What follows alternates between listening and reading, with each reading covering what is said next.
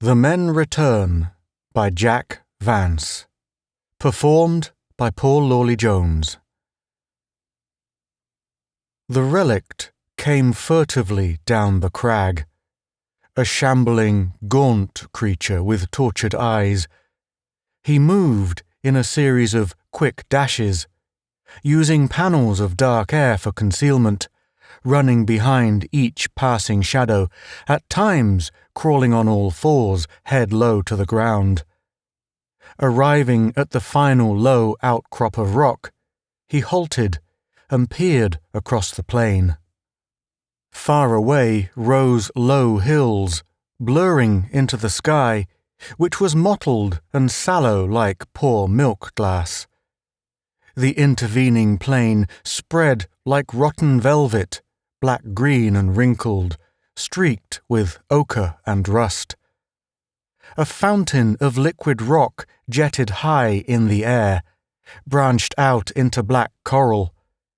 In the middle distance, a family of grey objects evolved with a sense of purposeful destiny. Spheres melted into pyramids, became domes, tufts of white spires, sky-piercing poles, then, as a final tour de force, tesseracts. The relict cared nothing for this. He needed food, and out on the plain were plants. They would suffice in lieu of anything better. They grew in the ground, or sometimes on a floating lump of water, or surrounding a core of hard black gas. There were dank black flaps of leaf, clumps of haggard thorn, pale green bulbs, stalks with leaves and contorted flowers. There were no recognizable species, and the relict had no means of knowing if the leaves and tendrils he had eaten yesterday would poison him today. He tested the surface of the plain with his foot.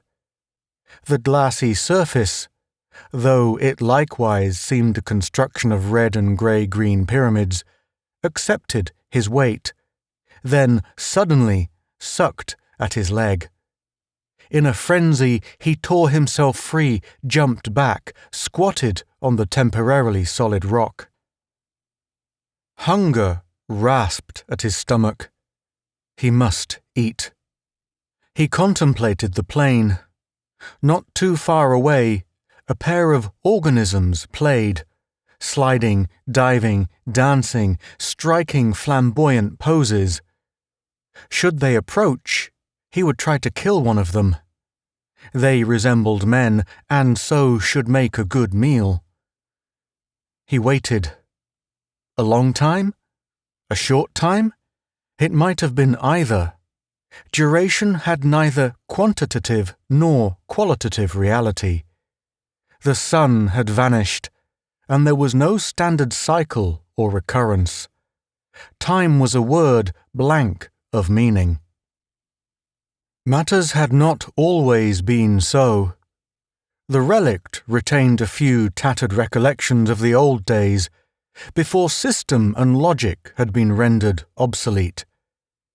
Man had dominated Earth by virtue of a single assumption, that an effect could be traced to a cause, itself the effect of a previous cause. Manipulation of this basic law yielded rich results. There seemed no need for any other tool or instrumentality. Man congratulated himself on his generalized structure. He could live on desert, on plain or ice, in forest or in city. Nature had not shaped him to a special environment. He was unaware of his vulnerability. Logic was the special environment. The brain was the special tool. Then came the terrible hour when Earth swam into a pocket of non-causality, and all the ordered tensions of cause-effect dissolved. The special tool was useless. It had no purchase on reality. From the 2 billions of men, only a few survived. The mad, They were now the organisms, lords of the era, their discords so exactly equivalent to the vagaries of the land as to constitute a peculiar wild wisdom. Or perhaps the disorganized matter of the world, loose from the old organization, was peculiarly sensitive to psychokinesis. A handful of others, the relicts, managed to exist, but only through a delicate set of circumstances. They were the ones most strongly charged with the old causal dynamic.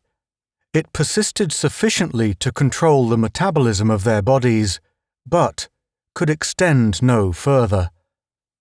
They were fast dying out, for sanity provided no leverage against the environment. Sometimes their own minds sputtered and jangled, and they would go raving and leaping out across the plain. The organisms observed with neither surprise nor curiosity. How could surprise exist? The mad relict might pause by an organism and try to duplicate the creature's existence. The organism ate a mouthful of plant, so did the relict. The organism rubbed his feet with crushed water, so did the relict. Presently, the relict would die of poison, or rent bowels, or skin lesions, while the organism relaxed in the dank black grass. Or the organism might seek to eat the relict, and the relict would run off in terror, unable to abide any part of the world, running, bounding, breasting the thick air, eyes wide, mouth open, calling and gasping until finally he floundered in a pool of black iron, or blundered into a vacuum pocket to bat around like a fly in a bottle. The relicts now numbered very few. Finn, he who crouched on the rock overlooking the plain, lived with 4 others. 2 of these were old men and soon would die. Finn likewise would die unless he found food. Out on the plain, one of the organisms, Alpha, sat down, caught a handful of air, a globe of blue liquid, a rock, kneaded them together, pulled the mixture like taffy, gave it a great heave. It uncoiled from his hand like rope. The relict crouched low. No telling what devilry would occur to the creature, he and all the rest of them, unpredictable. The relict valued their flesh as food, but they also would eat him if opportunity offered. In the competition, he was at a great disadvantage. Their random acts baffled him. If, seeking to escape, he ran, the worst terror would begin. The direction he set his face was seldom the direction the varying frictions of the ground let him move, but the organisms were as random and uncommitted as the environment, and the double set of vagaries sometimes compounded, sometimes cancelled each other. In the latter case, the organisms might catch him. It was inexplicable, but then, what was not? The word explanation had no meaning. They were moving toward him. Had they seen him? He flattened himself against the sullen yellow rock. The 2 organisms paused not far away. He could hear their sounds and crouched, sick from conflicting pangs of hunger and fear. Alpha sank to his knees, lay flat on his back, arms and legs flung out at random, addressing the sky in a series of musical cries, sibilants, guttural groans. It was a personal language he had only now improvised, but Beta understood him well. "A vision!" cried Alpha. "I see past the sky. I see knots spinning circles. They tighten into hard points. They will never come undone." Beta perched on a pyramid, glanced over his shoulder at the mottled sky. "An intuition," chanted Alpha.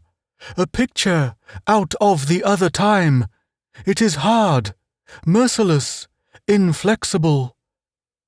Beta poised on the pyramid, dove through the glassy surface, swam under Alpha, emerged, lay flat beside him. "Observe the relict on the hillside. In his blood is the whole of the old race, the narrow men with minds like cracks. He has exuded the intuition. Clumsy thing, a blunderer," said Alpha. "They are all dead, all of them," said Beta, "although 3 or 4 remain." When past, present, and future are no more than ideas left over from another era, like boats on a dry lake, then the completion of a process can never be defined. Alpha said, "This is the vision. I see the relicts swarming the earth, then whisking off to nowhere like gnats in the wind. This is behind us." The organisms lay quiet, considering the vision. A rock, or perhaps a meteor, fell from the sky, struck into the surface of the pond. It left a circular hole which slowly closed. From another part of the pool, a gout of fluid splashed into the air, floated away. Alpha spoke. "Again, the intuition comes strong. There will be lights in the sky." The fever died in him. He hooked a finger into the air, hoisted himself to his feet. Beta lay quiet. Slugs, ants, flies, beetles were crawling on him, boring, breeding. Alpha knew that Beta could arise, shake off the insects, stride off. But Beta seemed to prefer passivity. That was well enough. He could produce another Beta should he choose, or a dozen of him. Sometimes the world swarmed with organisms, all sorts, all colours, tall as steeples, short and squat as flower-pots. "I feel a lack," said Alpha. "I will eat the relict." He set forth, and sheer chance brought him near to the ledge of yellow rock. Finn, the relict, sprang to his feet in panic. Alpha tried to communicate, so that Finn might pause while Alpha ate. But Finn had no grasp of the many-valued overtones of Alpha's voice. He seized a rock, hurled it at Alpha. The rock puffed into a cloud of dust, blew back into the relict's face. Alpha moved closer, extended his long arms. The relict kicked. His feet went out from under him, and he slid out on the plain. Alpha ambled complacently behind him. Finn began to crawl away. Alpha moved off to the right. One direction was as good as another. He collided with Beta, and began to eat Beta instead of the relict. The relict hesitated, then approached and, joining Alpha, pushed chunks of pink flesh into his mouth. Alpha said to the relic, "I was about to communicate an intuition to him whom we dine upon. I will speak to you." Finn could not understand Alpha's personal language. He ate as rapidly as possible. Alpha spoke on. "There will be lights in the sky, the great lights." Finn rose to his feet and, warily watching Alpha, seized Beta's legs, began to pull him toward the hill. Alpha watched with quizzical unconcern. It was hard work for the spindly relict. Sometimes Beta floated, Sometimes he wafted off on the air. Sometimes he adhered to the terrain. At last, he sank into a knob of granite which froze around him. Finn tried to jerk Beta loose, and then to pry him up with a stick, without success. He ran back and forth in an agony of indecision. Beta began to collapse, wither, like a jellyfish on hot sand. The relict abandoned the hulk. Too late, too late. Food going to waste. The world was a hideous place of frustration. Temporarily, his belly was full. He started back up the crag, and presently found the camp, where the 4 other relicts waited. 2 ancient males, 2 females.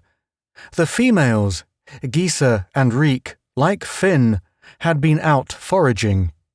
Gisa had brought in a slab of lichen, Reek a bit of nameless carrion. The old men, Bode and Taggart, sat quietly waiting either for food or for death. The women greeted Finn sullenly. "Where is the food you went forth to find?" "I had a whole carcass," said Finn. "I could not carry it." Bode had slyly stolen the slab of lichen and was cramming it into his mouth. It came alive, quivered, and exuded a red ichor which was poison, and the old man died. "Now there is food," said Finn. "Let us eat." But the poison created a putrescence. The body seethed with blue foam, flowed away of its own energy. The women turned to look at the other old man, who said in a quavering voice, "Eat me if you must, but why not choose Reek, who is younger than I?" Reek, the younger of the women, gnawing on the bit of carrion, made no reply. Finn said hollowly, "Why do we worry ourselves? Food is ever more difficult, and we are the last of all men." "No, no," spoke Reek. "Not the last. We saw others on the green mound." "That was long ago," said Gisa. "Now they are surely dead." "Perhaps they have found a source of food," suggested Reek. Finn rose to his feet, looked across the plain. "Who knows? Perhaps there is a more pleasant land beyond the horizon." "There is nothing anywhere but waste and evil creatures," snapped Gisa. "What could be worse than here?" Finn argued calmly. No one could find grounds for disagreement. "Here is what I propose," said Finn. "Notice this tall peak. Notice the layers of hard air. They bump into the peak. They bounce off. They float in and out and disappear past the edge of sight.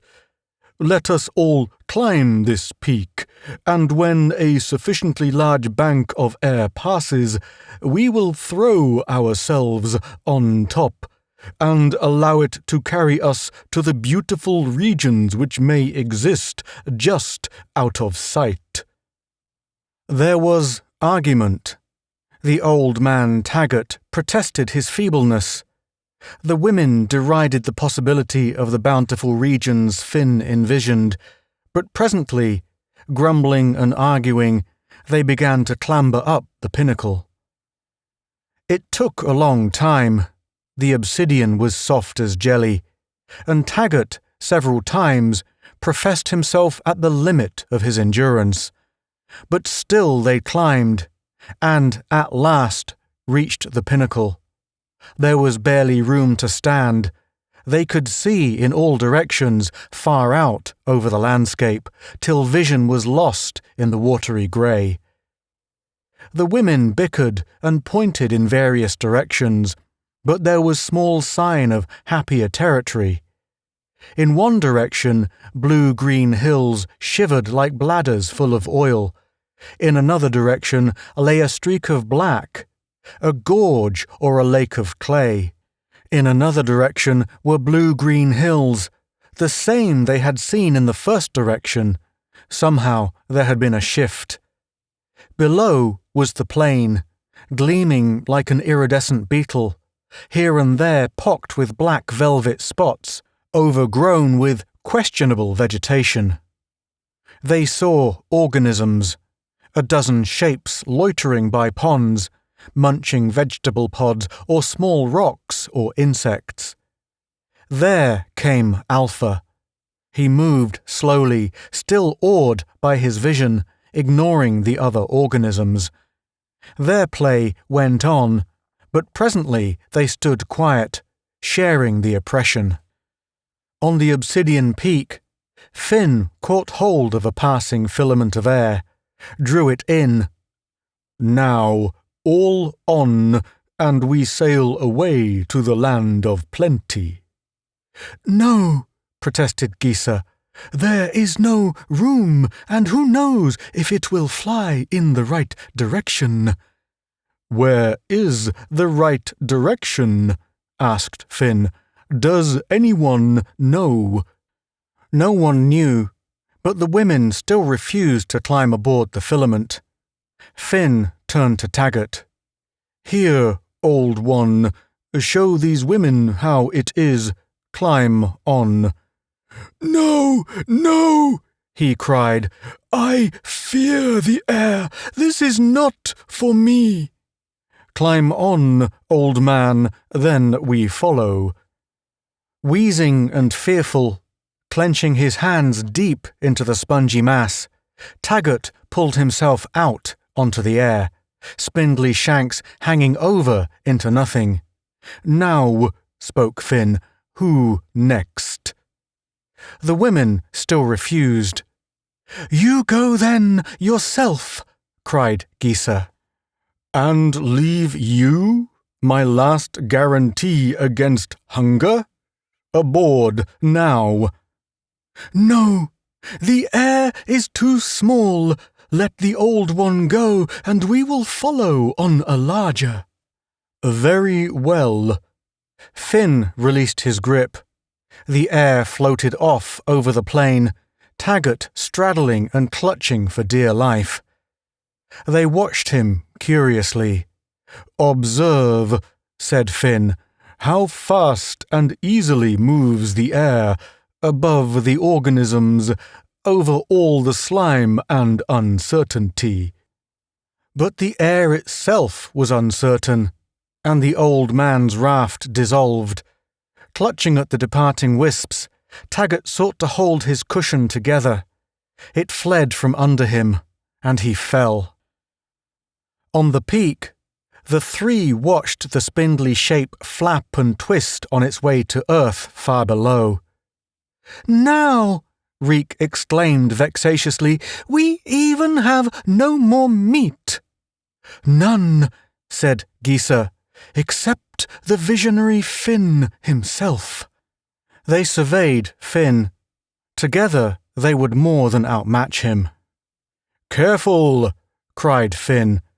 "I am the last of the men. You are my women, subject to my orders." They ignored him, muttering to each other, looking at him from the side of their faces. "Careful!" cried Finn. "I will throw you both from this peak." "That is what we plan for you," said Gisa. They advanced with sinister caution. "Stop! I am the last man." "We are better off without you." "One moment! Look at the organisms." The women looked. The organisms stood in a knot, staring at the sky. Look at the sky." The women looked. The frosted glass was cracking, breaking, curling aside. The blue sky of old times. A terribly bright light burnt down, seared their eyes. The rays warmed their naked backs. "The sun," they said in awed voices. "The sun has come back to earth." The shrouded sky was gone. The sun rode proud and bright in a sea of blue. The ground below churned, cracked, heaved, solidified. They felt the obsidian harden under their feet. Its colour shifted to glossy black. The earth, the sun, the galaxy had departed the region of freedom. The other time, with its restrictions and logic, was once more with them. "This is old Earth," cried Finn. "We are men of old Earth. The land is once again ours." "And what of the organisms?" "If this is the Earth of old, then let the organisms beware." The organisms stood on a low rise of ground beside a runnel of water that was rapidly becoming a river flowing out onto the plain. Alpha cried, "Here is my intuition. It is exactly as I knew. The freedom is gone. The tightness, the constriction are back." "How will we defeat it?" asked another organism. "Easily," said a third. "Each must fight a part of the battle. I plan to hurl myself at the sun and blot it from existence." And he crouched, threw himself into the air. He fell on his back and broke his neck. "The fault," said Alpha, "is in the air, because the air surrounds all things." 6 organisms ran off in search of air and, stumbling into the river, drowned. "In any event," said Alpha, "I am hungry." He looked around for suitable food. He seized an insect which stung him. He dropped it. "My hunger remains." He spied Finn and the 2 women descending from the crag. "I will eat one of the relicts," he said. "Come, let us all eat." 3 of them started off, as usual in random directions. By chance, Alpha came face to face with Finn. He prepared to eat, but Finn picked up a rock. The rock remained a rock, hard, sharp, heavy. Finn swung it down, taking joy in the inertia. Alpha died with a crushed skull. One of the other organisms attempted to step across a crevasse 20 feet wide and disappeared into it. The other sat down, swallowed rocks to assuage his hunger, and presently went into convulsions. Finn pointed here and there around the fresh new land. "In that quarter, the new city, like that of the legends. Over there, the farms, the cattle." "We have none of these," protested Gisa. "No," said Finn, "not now, but once more the sun rises and sets. Once more rock has weight and air has none. Once more water falls as rain and flows to the sea." He stepped forward over the fallen organism. "Let us make plans." You have been listening to The Men Return by Jack Vance, performed by Paul Lawley Jones.